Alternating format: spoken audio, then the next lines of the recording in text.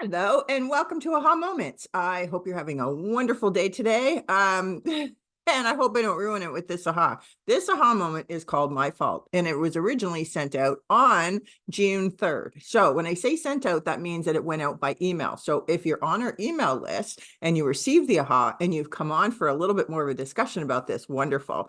I'm going to let you know that inside our membership program, which is called Human U, the university where you never want to graduate, we have a live discussion every Tuesday about the aha moment, which is really beneficial because I say the toughest thing when I'm putting these ahas together is to take these big topics and to distill them into a 60-second little flash of brilliance. And I hope that they are. However, there's so much more behind the topics in many cases. So if you get the aha and it makes sense to you and it sends you off on your way feeling empowered and having pivoted a little bit because of the aha moment, then wonderful. If you want more of that discussion, you want to be part of the discussion, then join me in Human U on Tuesdays at 11 a.m. Eastern. And that's where we actually unpack it for about 30 minutes or so.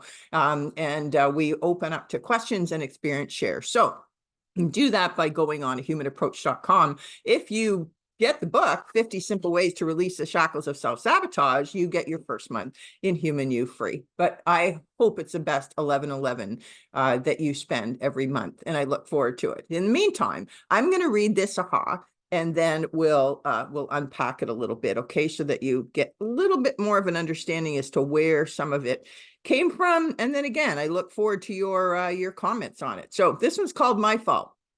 And here we go.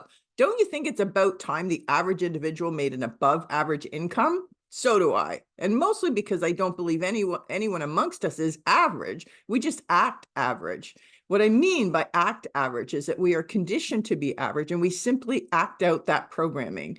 The system that has held us in place began to temper our enthusiasm and curiosity for life during the early social settings, and especially once we attended kindergarten. We sat where we were told, had to put our hand up to ask a question, were forbidden to move about in an inspired way, shushed if we spoke out, sent for reprimand if we questioned authority, and were rewarded for behaving quietly and accurately, regurgitating what we were fed. We weren't encouraged to learn curriculum that followed nature, self-love, connecting to nature, individual expression, or any life skills like gardening, building, or entrepreneurship. Public schools have replaced cursive writing with teaching coding in primary school. Think about it. We're being programmed to program so we can be fully trapped and operating in nothing but programs. Yes, of course, we need to be taught respect and focus. And in a quiet classroom is certainly a place where effective instruction can take place, but the system is imbalanced and skewed towards raising employees versus independence. It's no wonder we can't achieve past average. We haven't been taught how. What if we were taught to wake up with the sun, to find nature before we tended to technology, to break during the day in quiet meditation and connection, to honor ourselves, the most advanced technology on the planet, to explore curiosity and to unapologetically follow our unique purpose? What level of responsibility would that take to face life head on and in all circumstances look to ourselves for guidance first? Aha. An empowering question is this: how is this my fault? The question is not about blame or responsibility. It's about responsibility. Overachieving begins when we break from the box and see ourselves as co-creators of our thoughts, beliefs, actions, and results. Many of my mentors over the years have suggested that each of us should aspire to earn $1 million because it makes you think differently, not to mention the freedom that comes with abundance. When I've fallen short of my financial worthiness, I can easily blame others, circumstances, or conditioning. But when I ask myself, how is this my fault? I make a pledge to invest my time differently, to get more routine about what I need to learn and from whom. Carve out regular reflection and connection time. Look for new ways to serve on purpose, and definitely level up on self-care. It's all yours for the asking. So, there we go. How is that? As I said, there's a lot in there. And I really, I don't mean to get down on the school system, but I do want to, because I mean, there's a lot of good that comes from it. Absolutely. But, and there is a but, we need to be very cognizant about how the system is designed to keep us inside a box, and not just the school system, but all other aspects of the system. It's designed to make us enslaved to a certain extent. So the school system builds employees, and that's the way the system is designed. It's designed for you to be able to follow orders, for you to recognize that there's a ceiling. I had a conversation with a friend of mine, and her daughter just, she admitted to her mom, I mean, she says, I've done everything right. I went to school, I've got an excellent job. And she says, I don't see how I'll ever be able to get ahead. And I think for her at the age of, I think she's maybe 24, 25, that was a really astute observation, that she's already said, I've done exactly what the system has asked me to do, and I will never get ahead. And I said to her mom, it's true, she won't. And it's not her fault. But in this case, when we talk about taking responsibility and we say, how is this our fault? That's when we make the change. And I said the difference with her and all the other kids who are going through the same thing, they come out with all these degrees and everything. They don't have the independence that they need in order to make that $1 million or to overachieve. They haven't been taught how. They've been taught how to fit into a system. So when we recognize that when I said about teaching programming so that we can get caught in programming, that's exactly what's happening. We are the most exceptional, incredibly designed computers on the planet, but yet we don't recognize that. We don't look to ourselves first. We look to other other bodies, and I say that in terms of the authorities. We look to the authorities. We look to our computers. Our computers have, our phone has replaced so much of everything, and we pay with it. It wakes us up in the morning. I mean, we live and die by that thing. What if we live and died by our computer, our innate computer, the computer inside of us that says, that we want to be one with nature, that we want to fulfill our purpose, that we have this level of curiosity, that we just want to learn and we want to grow, and about self-love. So he said, I know for me, when I've hit times like in March of 2020, when all of a sudden, because my marketing company was heavily event-based, and all of a sudden events are shut down indefinitely. And then when events kind of started coming, there were conditions as to when and who could attend them. And people were shy to even book things. And there was a major reinvention that had to happen with me. If I was an employee,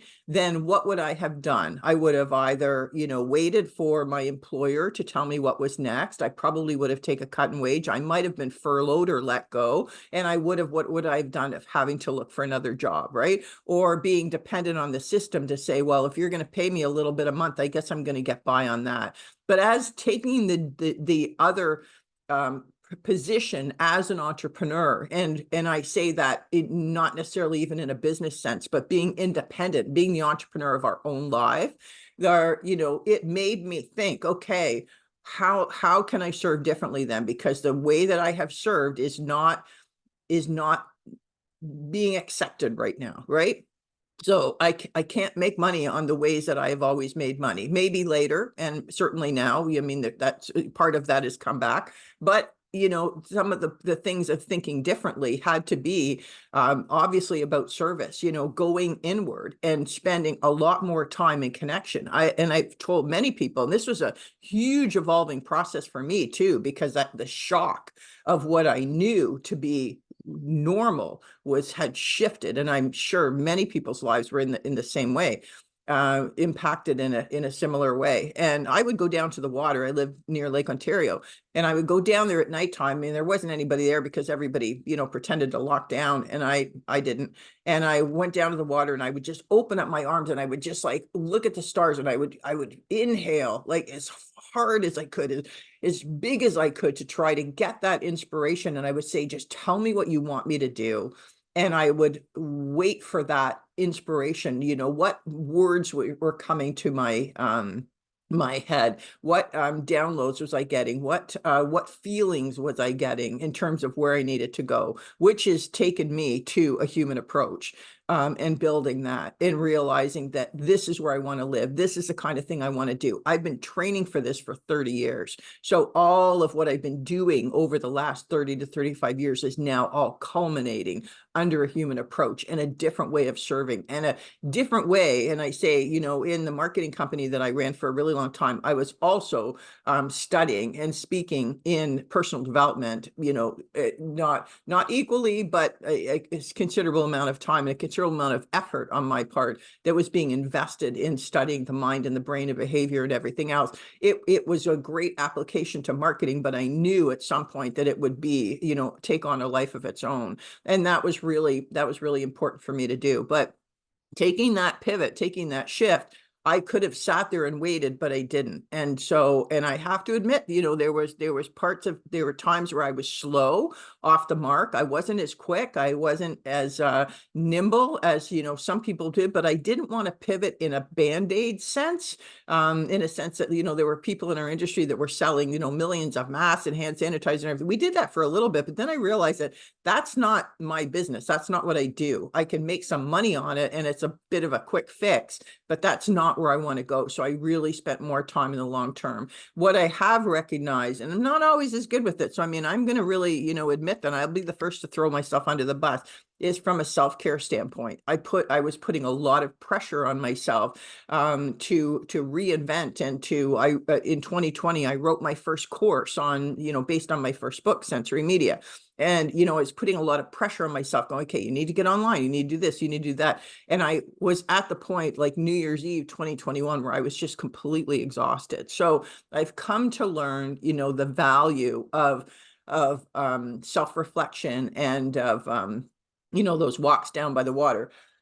Excuse me. And just being, you know, just being more of yourself, right? Getting in tune more, taking better care of yourself. And I know during that time frame, like I wasn't eating as well as I should have. I was sitting a lot more. And of course, I think a lot of people were, right? We weren't as active. And then when society opened up for the people who, you know, got the injections, but not the people who didn't, there was still a, you know, a substantial level of lockdown for anyone who chose bodily autonomy.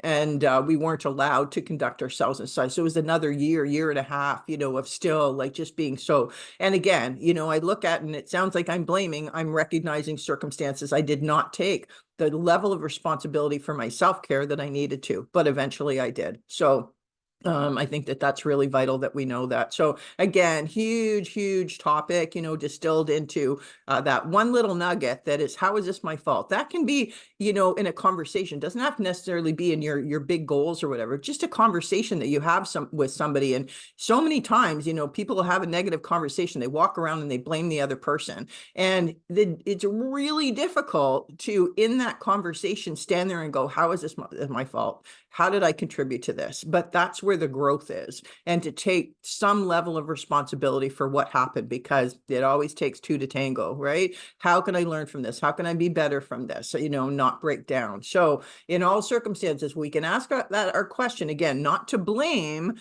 but to say, how can I participate in the solution? That's what that question is all about. Okay. All right. I will leave you with that. I hope that was helpful. I look forward to your comments, questions, and I look forward to seeing your smiling face and human you. In the meantime, succeed deliberately.